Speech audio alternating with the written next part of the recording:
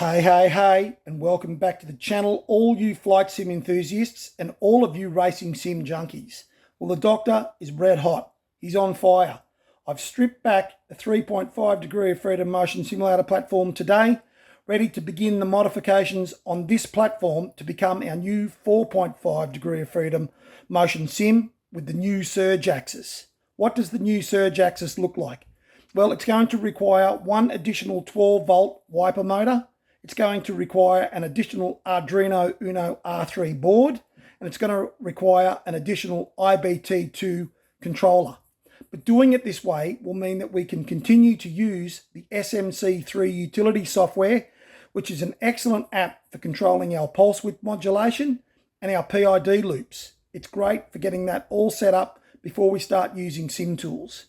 Now, don't stress about this. I will have a full step-by-step tutorial on how to set up all the new software for SMC3 utilities to C4 motors, and of course, how to interface this all into sim tools. I'll cover all of that, guys, so you don't need to stress about that. I anticipated in my last video that this would take me approximately 3 to 4 months. I'm now hoping that I'll have this done in 6 to 8 weeks. We are at the 4th of December 2023, so when you see the 4.5 degree of freedom again, it will be in all its glory, painted, tested and running.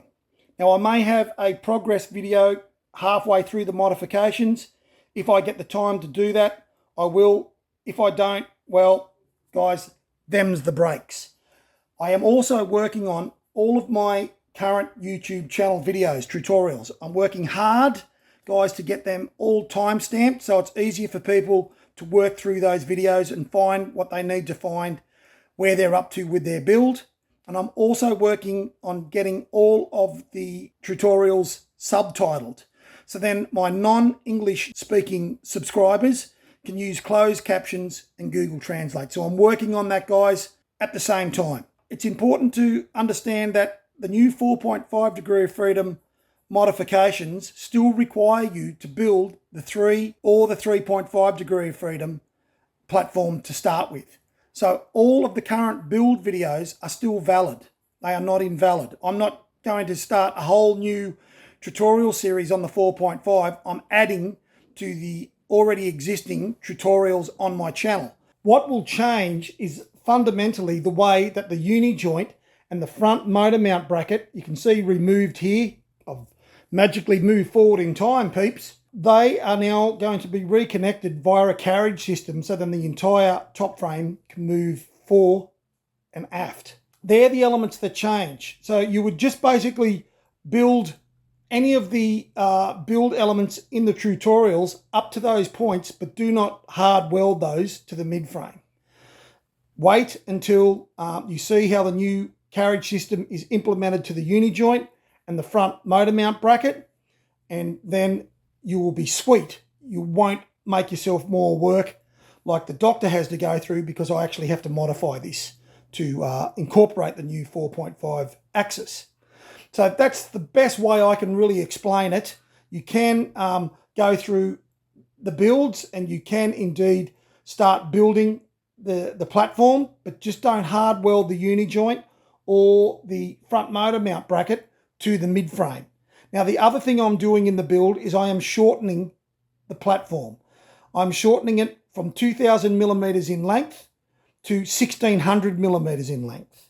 You can choose to do that if you wish. If you wish for a smaller footprint, you can indeed make yours 1600 millimeters in length. It just means that the bottom plate, the mid frame, and the top frame, which you can't really see because it's leaning up over against the wall there, just means that all the measurements that I've provided in my current tutorials, you just need to minus 400 millimeters from them.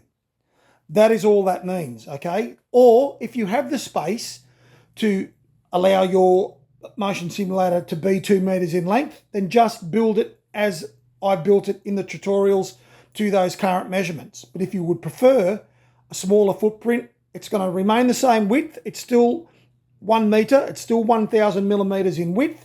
Needs to be that wide for stability, but it can certainly be shortened, as I am shortening mine to 1600 millimeters. So if you do want to do that, as I've said, that just means you need to reinterpret my tutorials, 400 millimeters less for all 3 layers. As you can see, I'm into it. We've magically transported into the future here. Because I explained the changes so poorly in the video when I was just editing it, then I thought, nah, I need to come back and reshoot this and make sure I've explained how you need to change this if you've started building it, or if you want to begin to build it, your options for changing it.